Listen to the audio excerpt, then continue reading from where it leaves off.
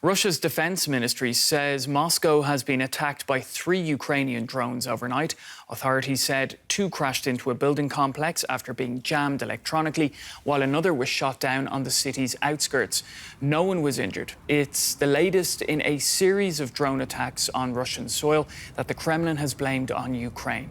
But Kyiv has yet to claim responsibility. Well, Russian President Vladimir Putin has said Moscow does not reject talks with Ukraine. He was speaking as a summit with African states wrapped up in Saint Petersberg. Putin said a proposal put forward by African leaders, as well as a Chinese initiative, could be a basis for peace. But Putin also rejected some points of the African Peace Initiative, namely a ceasefire, which he said would be too difficult to implement. Ukrainian President Zelensky had previously rejected the proposal, saying he wouldn't engage in talks as long as Russian troops were occupying Ukrainian territory. Russian officials say the damage to this Moscow office block was caused by 2 drones. The weapons crashed into the building, shattering walls and glass after being electronically jammed. My friends and I rented an apartment to come here and unwind. And at some point, we heard an explosion and it was like a wave. Everyone jumped. And then there was a lot of smoke and you couldn't see anything. From above, you could see fire. A 3rd drone was shot down on the outskirts of the city, with an international airport forced to temporarily close. After a similar drone strike earlier in the week, Kyiv warned there would be more to come. But Ukrainian officials have yet to comment on the latest incident. Attacks on Moscow make its war in Ukraine more visible for many Russians, but dissenting voices are being quickly silenced. The Kremlin has ramped up its crackdown on any criticism, with President Putin warning there are, quote, certain rules to follow.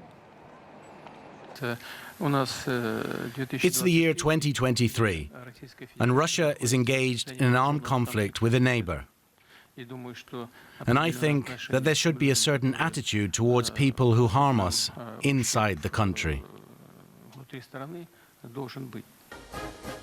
The attack on Moscow came just ahead of Russia's large events to mark its Navy Day, a strong military showing seemingly undeterred by attacks on its home soil. Well, let's get more on all this with Frank Ledwich. He is a former military intelligence officer and he joins us from Oxford in the UK. Great to see you again, Frank. So what do you make of Ukraine's silence on these attacks on Russia? Well, good morning, Pablo. It's quite normal. It's very rare that Ukraine acknowledges attacks on Russian soil. In fact, I don't think there's been a single occasion, certainly not last few weeks. Deniability for them is a strength. It raises the remote but conceivable possibility that these are false flag attacks by Russia. I don't think anybody buys that now. But what is significant, or equally significant about this, is the fact that these drone attacks are happening and getting to their target at all. Russia, before this war, was considered to have probably the best air defense system in the world. It was its main strength, and it would be considered still to be very strong. But the fact that Ukraine, if it is Ukraine, can launch drones, have them fly 500 kilometers across defended Russian territory and at least strike Moscow, if not cause any damage, which is probably in the circumstances no bad thing if there were to be civilian casualties, is very significant. And it says a lot about the real capabilities of the Russian air defense system. Now, Moscow blames Western weapons for attacks on Russian territory. So how do you think the Kremlin can use this to its advantage? Well, once again, let's assume these continue to be denied and they are not false flag. It doesn't matter if they are or not. It matters really who claims what. And we're left with the possibility, as you just said, that Russia could blame the West.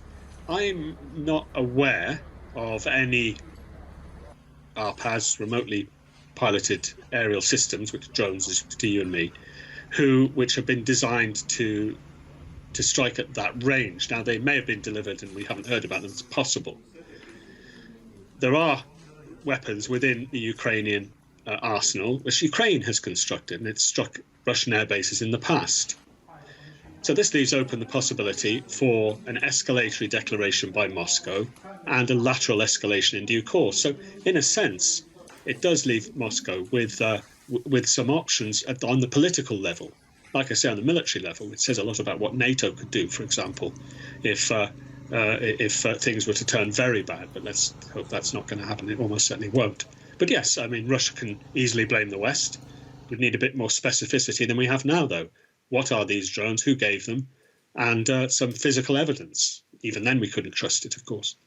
Now, switching actually to politics, which you touched on there are now several blocs offering to mediate peace talks. Putin has again said he's willing to participate, but on Moscow's terms. So do you think any of these peace plans actually have a chance? Pablo, this depends, of course, ultimately on the battlefield and on the operational level. Let's not forget, or strategic level, I suppose, that Russia still occupies a roughly decreasing most days, 20% of Ukrainian land. President Zelensky has promised his people that the war will not be settled, or the conflict will not be settled until Ukraine has recovered all its land. And that's a political issue for President Zelensky. You can't start bargaining away Ukrainian land at a point where many soldiers are being killed, actually on both sides, but we're talking here about Ukraine. It's a non-starter. What the starting point, as was hinted just earlier in your introduction, is that Russia withdraws from Ukrainian territory, or at least offers to withdraw from a significant proportion. And on the battlefield, it's very clear that they're not ready to do that. So all of these are non-starters until there's some indication from Moscow that withdrawal is not only on the table, but offered. So we're not going to see peace talks resulting in any kind of realistic ceasefire for some time yet.